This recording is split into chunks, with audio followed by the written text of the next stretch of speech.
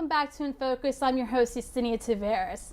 So we've all heard the expression, you are what you eat. The gentleman we're about to meet takes that expression, adds his passion for eating healthier, and comes out with the Wilmington Green Box. We're now going to welcome to the show Jason Aviles. Welcome. Thank you for having me. Oh, thank you for coming on out. Yeah. I mean, you've emerged or evolved, as we can say, over the last few years. Definitely. Let's talk a little bit about your initiative to get the consciousness, the mindset in regards to eating healthier. How did this all start? Yeah. Well, basically, it started out of acknowledging a void here that exists in Wilmington, particularly central downtown Wilmington area. And in fact, over 65% of Wilmington is categorized as a food desert, which means that people that live in these areas live more than a half a mile away from a grocery store. So we understand access as being an issue. You know, if you live in an area where you don't have access to these things, it's going to be very difficult to incorporate more healthy, items such as fruits and vegetables in your diet. And it amazed me, being born and raised from the Bronx in New York City, that in a central downtown area, we just didn't have access to these things unless you were able to hop in your car and drive over the bridge more than a half a mile away. So it really just started out of just acknowledging that problem. And then myself and my business partner, John Naughton, saying, what can we do about it? Where do we start? Where does this kind of begin to kind of create a solution for this issue? Okay, so that's how the Wilmington Green Box came about. You saw the need for making sure that inner city youth and just your working individual here in the city has access to nutrition. Yeah, and we believe that when solving problems, there's ways that we can solve issues while creating a win-win scenario. And Wilmington Green Box was created with that intention. How do we create a solution to this problem, but at the same time help create solutions for other problems that exist? And we did that by training, employing, and educating at-risk teams from local community, and had them run 100% of the daily operation of the project, which teaches them entrepreneurship skills as well as employment skills. So that way they can be able to kind of take these skills and talents that they acquired through this experience and be able to integrate it into their own passion, their own vision. And at the same time, be able to directly provide people with access to different healthy goods, such as cold pressed juices, smoothies, side salads, fruit salads, and fresh fruits and vegetables. Now, Jason, let's dig a little bit deeper. Yeah, absolutely. Yeah. So I don't want to say that the city of Wilmington doesn't provide nutritional food, but from your experience, has it been a challenge to really educate inner city youth on the importance of nutrition and the good things to eat, as opposed to buying a $2 soda bottle around the corner? Yes, like, absolutely. What has your experience been? It was difficult at first, but I will say this. What I found is that when you do properly educate people on the true benefits of these foods and the benefits that they have, not just on your body, but on your mind and on your life as a whole, it slowly starts to make sense why I need to start incorporating these different foods, into my diet. And it wasn't just children or youth that weren't aware of these foods, because access affects everyone. That's right. So, there were adults. I had an instance where we were bringing a cold press juice into a barbershop, and I had an older gentleman, probably roughly in mid-30s, explain to me that it was impossible for carrots to make juice. And whatever I told him, he could not believe that carrots could make juice. And we were selling this this juice that we now sell called Sunrise, which has pineapples, oranges, carrots, and ginger. It's delicious, by the way. It is delicious. My favorite. And absolutely no additives, no sugars, just fruits and vegetables in it. And he said, this is impossible. There's no way. I left that barbershop, went home, and recorded myself juicing carrots into juice. And went back to the barbershop, and I showed him that. And he was fascinated by this ability to make juices out of vegetables, which he thought had absolutely no water or juice content in it. This is what we were up against, year one, 2016. But again, through creating a safe space where people don't feel intimidated, nor don't they feel lesser than what they are, and slowly kind of educating them, and then having a product that tastes delicious, it has really kind of helped bridge that gap, that education gap. And information definitely changes situations, and this is Absolutely. one of those incidents. Yes, yes. And so take us back to the beginning of the Wilmington Green Box, and then we'll go into where you're located now. But take us to the beginning, because from my understanding, you started with a push cart. Yes, yes, yes, yes. And what's even more radical than us starting with $450 in a push cart was the fact that this push cart was an old wooden box that we found in a Victorian home that served as an ice box. Back in the day, before there was an abundance of electricity, people would get these highly insulated boxes and they would store their meats in the basement where it was cooler. And we found this box. It was not in so good condition. And we had that vision immediately right then and there to say, what if we put some wheels on here, redecorated it, polished it, revamped it, and turned this into kind of like our means of bringing these different goods directly to people versus them coming to us through a storefront. And that's exactly what happened. We received the first micro grant from BPG for $850, which gave us the funds to be able to totally revamp this box into a cart. And we hired our first teen, Emmanuel, which was 14 at the time. And with this push cart, myself, Emmanuel, and some other volunteers, we went into different areas of the community for the first time, brought these goods to people that had never heard of them because they didn't exist. That's right. And now you're located right on Market Street. Yeah. I mean, after our first year, the demand increased dramatically. And what we found was that people, in fact, wanted access to more healthier goods because it didn't quite exist in this area.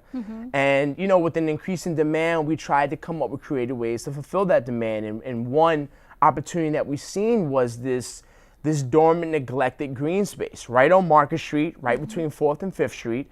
And we came up with this plan to transform that space into an outdoor kiosk, grab and go, as well as an entertainment space. So we created a wooden stage for that way we could do art loops and things like that. And then we incorporated some seating and some free Wi-Fi provided by Wi-Fi. And to date we have this awesome kind of pocket park space that sells our delicious cold pressed juices. We're gonna get ready to start incorporating some fresh fruits and vegetables, as well as free Wi-Fi, and people are really enjoying it. And it's a beautiful space. I mean, I went for the first time. Yes. And I got to sit down, take it all in. You get a nice view of the sky. And it's like, you know, for those who are not even into meditation or consciousness, mindfulness, you can still get something out of that. Yes. And being able to just provide that to us here in the city. Yeah, and I think we need balance.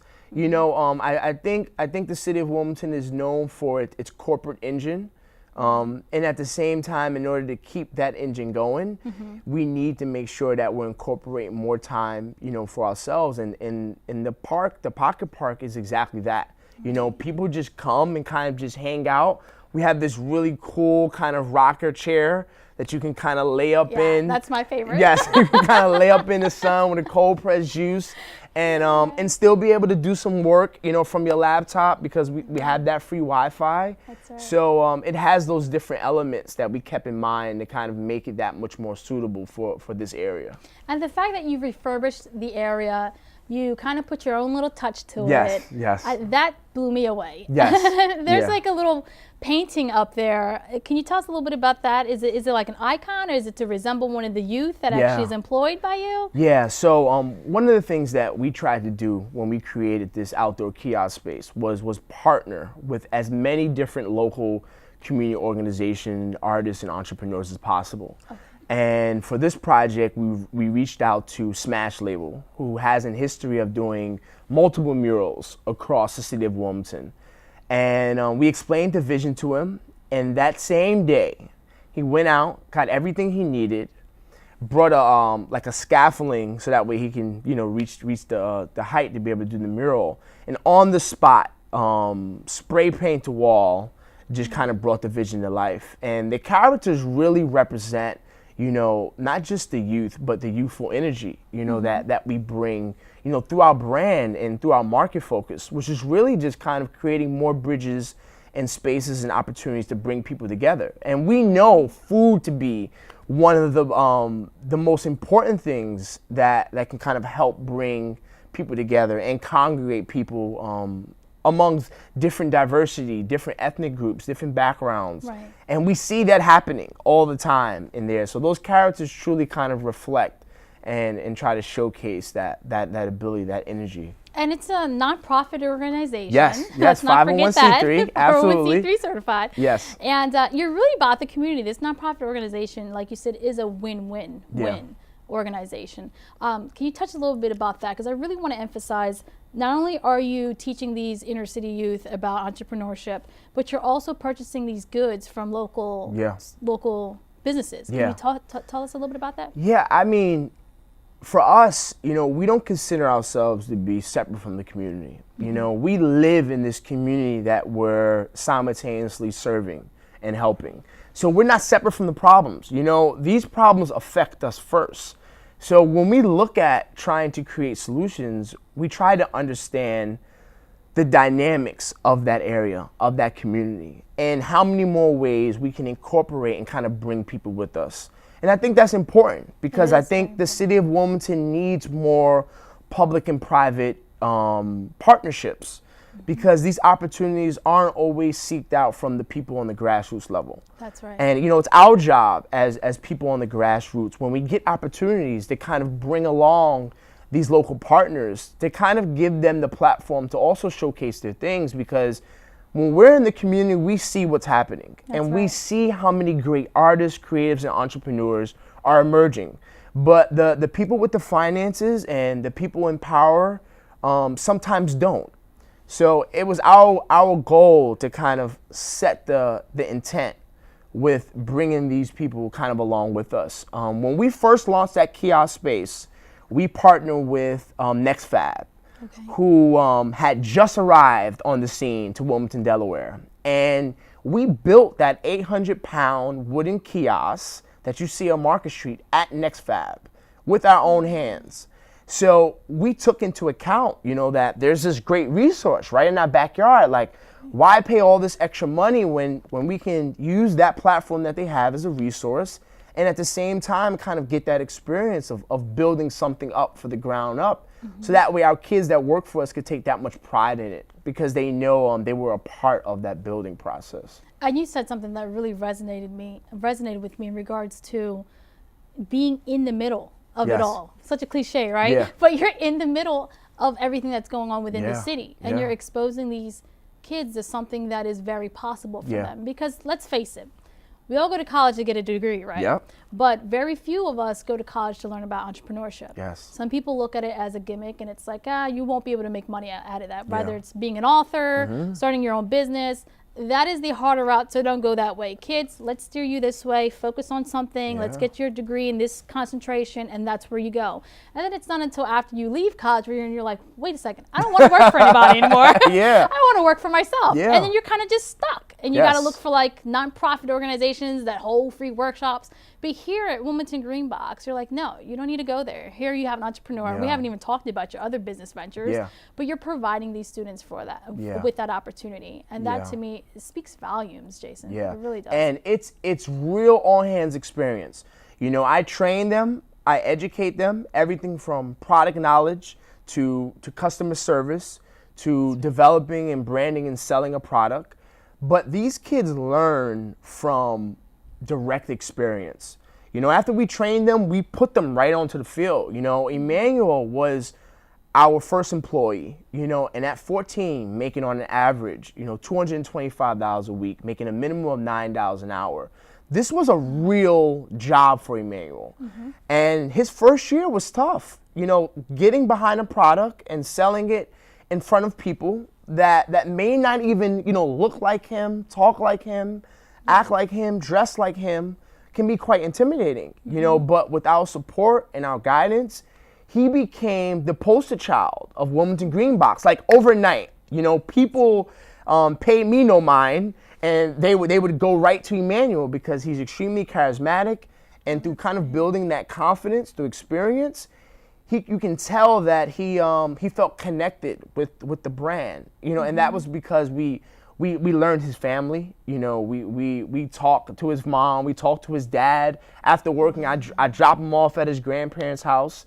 And it's important that he becomes, you know, an ambassador of his own, because when he goes back into the community, now he becomes kind of like a role model for other youth that live in these neighborhoods to kind of strive to do something differently with themselves. I like that, Jason. You definitely don't get that working for someone else in this type of environment. The fact that you reached out to his family and got to know them, that speaks volumes. I mean, let's face it, you don't get that in the working world. So that kind of push really will take him a long way. So let's talk about partnerships. Yes. I know you did something recently with Capital One. That's major. Yes. That is major. You know, as you know, a nonprofit needs funding, you know, to survive. And, you know, we built Green Box with this model that could create a more sustainable approach. You know, having a product really helps. And Capital One has really stepped up to a plate. And, you know, when funders really weren't kind of believing in us because we weren't yet kind of widely available. Or established. Yeah, or established. You know, Capital One really gave us a chance, you know, giving us our first grant. And now we're launching our first ever crowdfunding campaign on July 30th. And Capital One has initiated a challenge where every dollar that you donate, Capital One will match up to $15,000. That's awesome. You know, so if we could raise $15,000 on our own, Capital One would match that with an additional $15,000. And that's huge. You know, we still consider ourselves the little guys, you know, in the city. So partnerships like that, partnerships like NextFab, those really help. We just met with Highmark. They're looking to really help us out too as well. So we're reaching out to just about everyone and anyone at this time to get some help. And how does that work? Do you have a support team? I know there's 2 other guys that are with you at Wilmington Green Box. I don't want to leave them out. So let's talk a little bit about how important it is to have a strong foundation. Absolutely important. You know, as a nonprofit, we have a board. We have a very active board. You know, we have a treasurer. We have a grant person. And that helps with the behind the scenes. But, you know, John Naughton has a background of really being hands-on. And I'm not a hands-on person.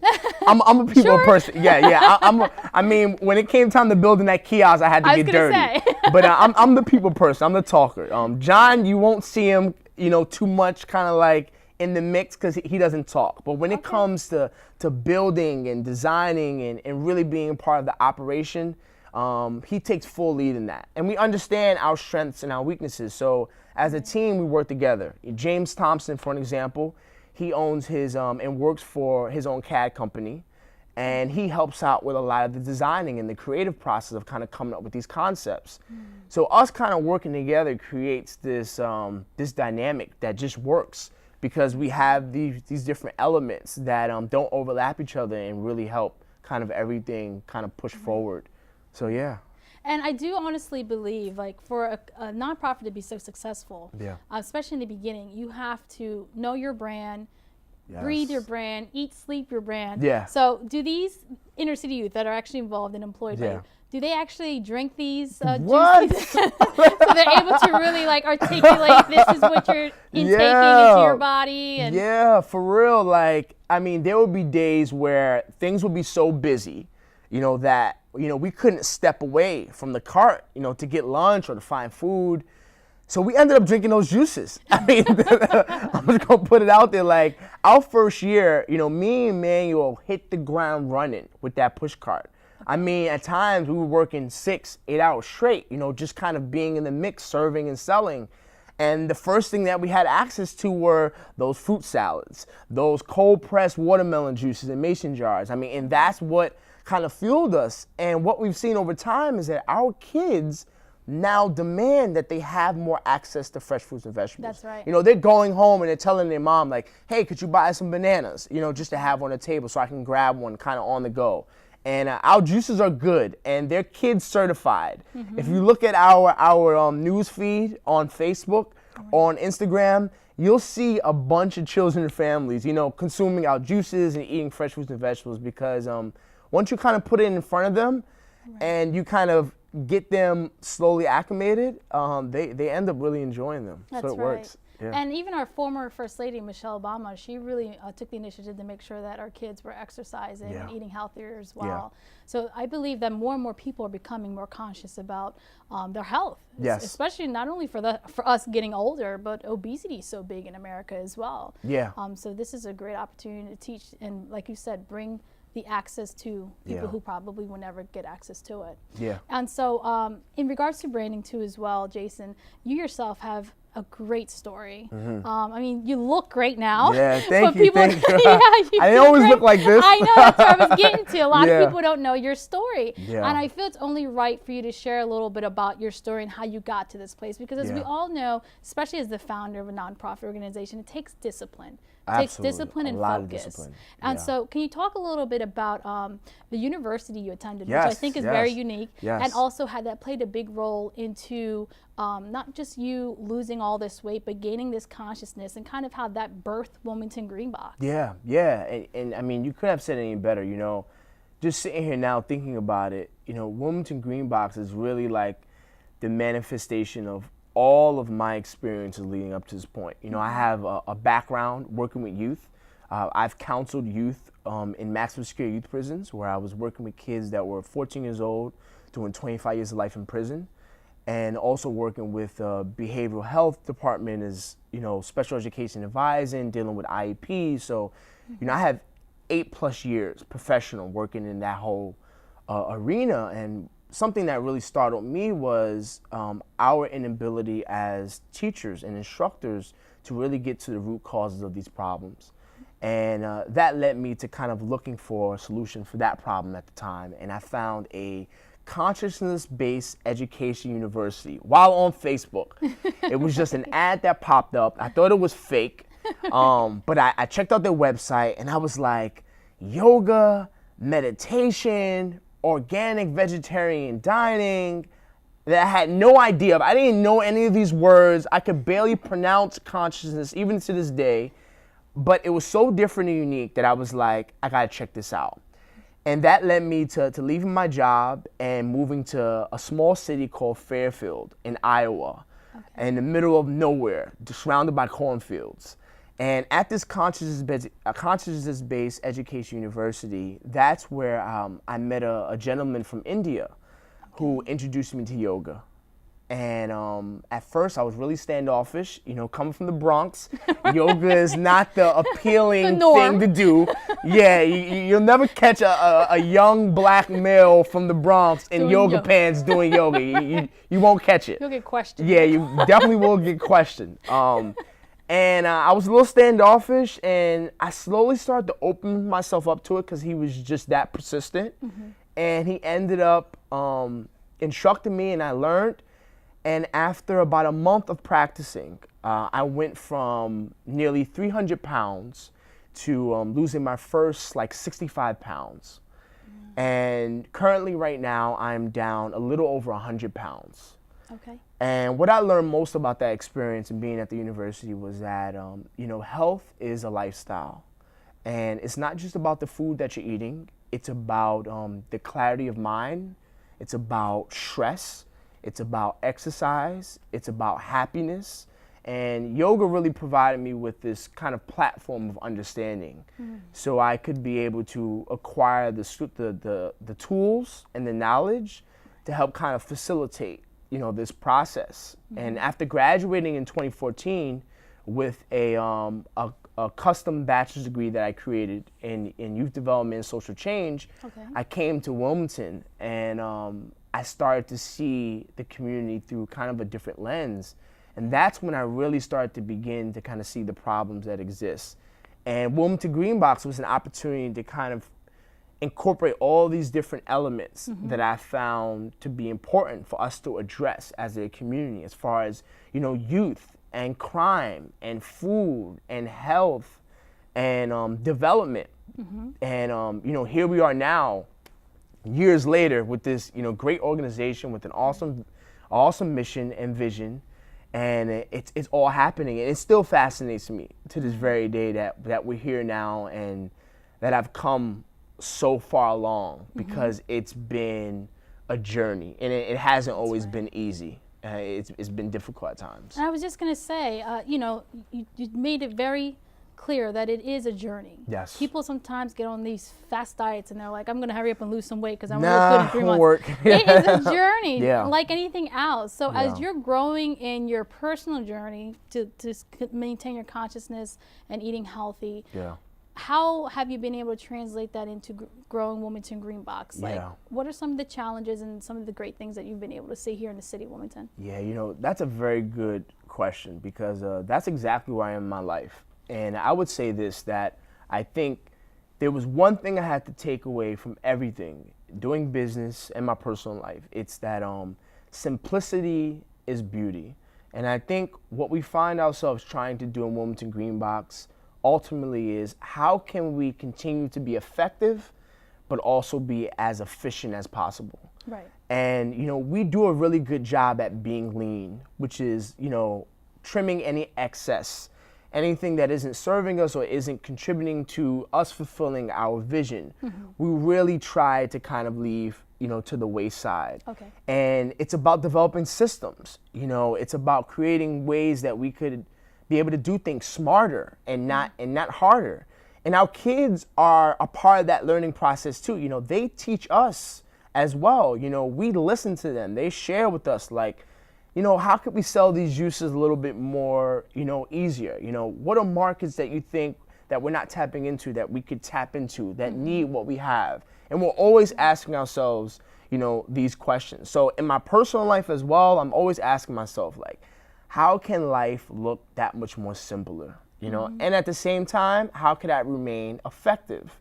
And I found through lifestyle changes that it's possible to create a little bit more of a graceful approach to kind of tackling life, because it will throw its hurdles and its obstacles at you, but if you're centered and you're grounded and you're happy and you feel good about yourself from the inside out, it makes it a lot easier to adapt to the things that are happening negatively around you. And so Jason, it's a process. It's definitely a process, and you don't know where or how far this will take you. I mean, one day you might see Wilmington Green Box juices in the lunch lines when kids are going to school. You never know, because not every kid likes to drink milk. And I know for my daughter, she's allergic to milk, so already that's off the menu, So maybe that could be a future venture. I think so, and it's scary when you mention that, because I'm like, big, right? Big is scary, but you got to go big, because just in case if you fall short, you'll be somewhere in between. So thank you so much for your time. Any future plans before we go? I would say right now all of our focus is really going into this first crowdfunding campaign that we're launching, and on July 25th. We're partnering with Margot, which is a new French restaurant here in Wilmington on Market Street, to do our first guest bartenders fundraising event, where we're going to bring local community leaders and members to kind of help serve it up and collect tips as contributions towards Green Box, and then we'll go full-fledged into the crowdfunding campaign. So our focus is there right now, and we hope that we can kind of bring people together around us and help kind of support us continue to move forward. Thank you so much, Jason. Well, you're definitely a man with many hats. Thank you. And this is only one of them. There's not enough time to get into the other stuff, but Well, thank you so much for your time, Jason. Thank you. It's definitely been an honor. So much information, valuable information that we can take away. So awesome. Thank you. And on behalf of all of us here at WITN 22, I'd like to say thank you for watching. Enjoy your day. You've been watching In Focus with Yesenia Taveras.